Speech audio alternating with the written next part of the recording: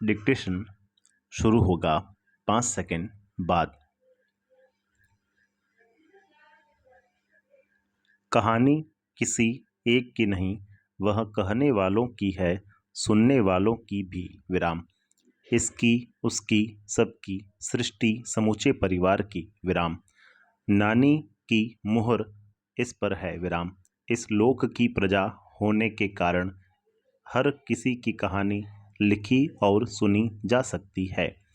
कहानी लेखन पर विचार करने से पहले कहानी के स्वरूप और उसके इतिहास पर कुछ बातचीत करना जरूरी है। विराम। कहानी क्या है?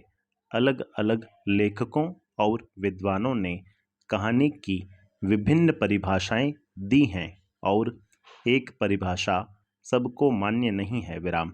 लेकिन आगे बढ़ने के लिए हम कह सकते हैं कि किसी घटना, पात्र या समस्या का क्रमबद्ध ब्यौरा जिसमें परिवेश हो, द्वंद्वात्मकता हो, कथा का क्रमिक विकास हो, चरम उत्कर्ष का बिंदु हो, उसे कहानी कहा जाता है। विराम पैरा।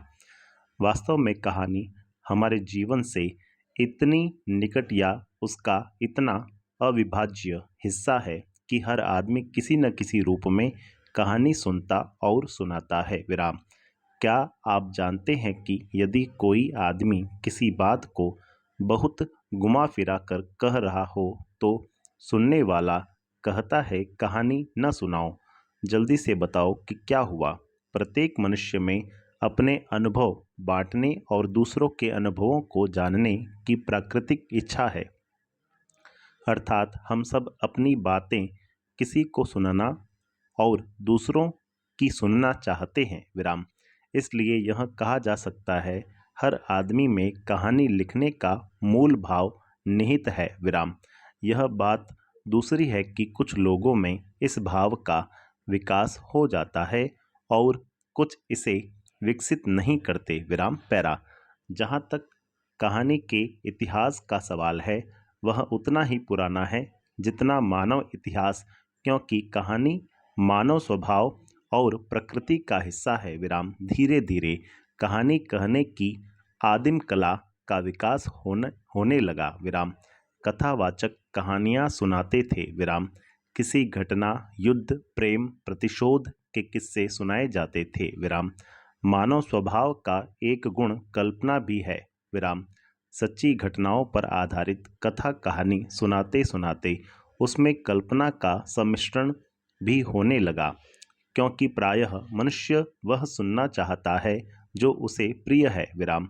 मान लीजिए हमारा नायक कहीं युद्ध में हार ही क्यों न जाए, लेकिन यदि वह नायक है तो हम यह सुनना चाहेंगे कि वह कितनी वीरता से लड़ा और कितनी बहादुरी से उसने एक अच्छे उद्देश्य के लिए अपने प्राण न्यौछावर कर दिए। विराम। नायक की वीरता का अच्छा बखान करने वाले कथावाचक की सब प्रशंसा करेंगे और उसे इनाम देंगे। विराम। कथावाचक सुनने वालों की आवश्यकता अनुसार अपनी कल्पना के माध्यम से नायक के गुणों का बखान करेगा। विराम।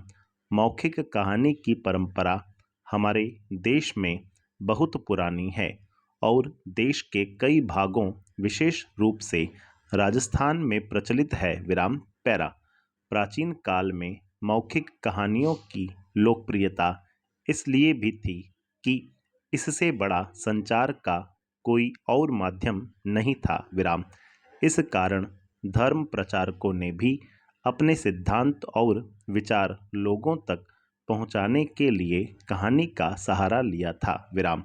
यही नहीं, बल्कि शिक्षा देने के लिए भी कहानी की विधा का प्रयोग किया गया। जैसे पंचतंत्र की कहानियाँ लिखी गईं जो बहुत शिक्षाप्रद हैं। विराम। इस तरह आदिकाल में ही कहानी के साथ उद्देश्य का सम्मिश्रण हो गया था, जो आगे चलकर और विकसित हुआ। विराम पैरा। कहानी का केंद्रीय बिंदु कथानक होता है। विराम। कथानक है क्या? कहानी का वह संक्षिप्त रूप जिसमें प्रारंभ से अंत तक कहानी की सभी घटनाओं और पात्रों का उल्लेख किया गया हो। विराम। उदाहरण के लिए प्रेमचंद की कहानी कफन 10-12 पृष्ठों की कहानी है, लेकिन इसका कथानक 10-12 पंक्तियों में भी लिखा जा सकता है। विराम।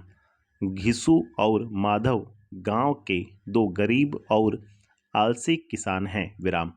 बुधिया माधव की पत्नी है। विराम।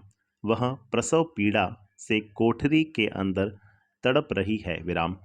कोठरी के बाहर घिसू और माधव अलाव में आलू भूनकर खाने की तैयारी कर रहे हैं। विराम। बुधिया प्रसव पीड़ा से मर जाती है। विराम। दोनों के पास उसका कफन खरीदने के पैसे नहीं हैं। विराम। वे गांव के जमींदार के पास पैसे मांगने जाते हैं। विराम। जमींदार पैसे दे देता है। विराम। गांव के दूसरे संपन्न लोग भी पैसे देते हैं। विराम। घिसू और माधव कफन खरीदने बाजार जाते हैं, पर कफन खरीदने के बजाय उन पैसों की शराब पीते हैं और नशे में मदहोश होकर गाना गाते मदिरालय में गिर पड़ते हैं। विराम पैरा। यह कहा जा सकता है कि कथानक कहानी का एक प्रारंभिक नक्शा होता है। विराम। उसी तरह जैसे मकान बनाने से पहले एक बहुत प्रारंभिक नक्शा कागज पर बनाया जाता है। विराम। कहानी का कथानक आमतौर पर कहानीकार के मन में किसी घटना, जानकारी, अनुभव या कल्पना के कारण आता है। विराम। कभी कहानीकार की जानकारी में पूरा कथानक आता है और कभी कथानक का एक सूत्र आता है। केवल एक छोटा सा प्रसंग या कोई एक पात्र कथाकार को आकर्षित करता है। विराम। इसके बाद कथाकार उसे विस्तार देने में जुट जाता है। विराम। विस्तार देने का काम कल्पना के आधार पर किया जाता है, पर यह समझना बहुत ज़रूरी है कि कहानीकार की कल्पना कोरी कल्पना नहीं होती। विराम। ऐसी कल्पना नहीं होती जो असंभव हो। विराम। बल्कि ऐसी कल्पना होती है जो संभव हो। विराम। कल्पना के विस्तार के लिए लेखक के पास जो सूत्र होता है, उसी के माध्यम से कल्पना आगे बढ़ती है। विराम। यह सूत्र लेखक को एक परिवेश देता है, पात्र देता है, समस्या देता है। विराम। इनके आधार पर लेखक संभावनाओं पर विचार करता है और एक ऐसा काल्पनिक ढांचा तैयार करता है जो संभावित हो और लेखक के उद्देश्यों से भी मेल खाता हो। विराम। उदाहरण के लिए लेखक ने अस्पताल के बाहर एक मरीज को देखा। विराम।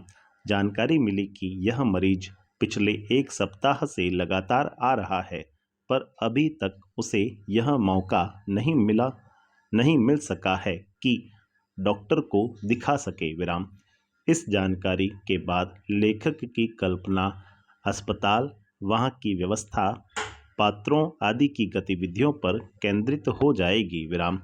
इसके साथ ही वह अपना उद्देश्य भी तय करेगा। विराम। क्या वह अस्पताल केंद्रित कहानी लिखना चाहता है या वह केवल आपकी पीड़ा तक अपने को सीमित रखेगा, या क्या वह इस मानवीय त्रासदी को वर्तमान सामाजिक और राजनैतिक परिस्थितियों से जोड़कर कथानक तैयार करेगा। विराम पैरा। आमतौर पर कथानक में प्रारंभ, मध्य और अंत अर्थात कथानक का पूरा स्वरूप होता है। विराम। कथानक न केवल आगे बढ़ता है, बल्कि उसमें द्वंद्व के तत्व भी होते हैं जो कहानी को रोचक बनाए रखते हैं। विराम। द्वंद्व के तत्वों से अभिप्राय यह है कि परिस्थितियों में इस काम के रास्ते में यह बाधा है। विराम। यह बाधा समाप्त हो गई तो आगे कौन सी बाधा आ सकती है, या हो सकता है एक बाधा के समाप्त हो जाने या किसी निष्कर्ष पर पहुंच जाने के कारण कथानक पूरा हो जाए। विराम। कथानक की पूर्णता की शर्त यही होती है कि कहानी नाटकीय ढंग से अपने उद्देश्य को पूरा करने के बाद समाप्त हो। विराम। अंत तक कहानी में रोचकता बनी रहनी चाहिए। विराम। यह रोचकता द्वंद्व के कारण ही बनी रह पाएगी। विराम। पैरा। जैसा कि पहले कहा जा चुका है, हर घटना, पात्र, समस्या का अपना देश, काल और स्थान होता है। विराम। कथानक का स्वरूप बन जाने के बाद कहानीकार कथानक के देश, काल तथा स्थान को पूरी तरह समझ लेता है, क्योंकि यह कहानी को प्रामाणिक और रोचक बनाने के लिए बहुत आवश्यक है। विराम। उदाहरण के लिए, यदि अस्पताल का कथानक है तो अस्पताल का पूरा परिवेश, ध्वनियाँ, लोग, कार्य, व्यापार और लोगों के पारस्परिक संबंध, नित्य घटने वाली घटनाएं आदि का जानना आवश्यक है। विराम। लेखक जब अपने कथानक के आधार पर कहानी को विस्तार देता है तो उसमें इन सब जानकारियों की बहुत आवश्यकता होती है। संपूर्ण विराम।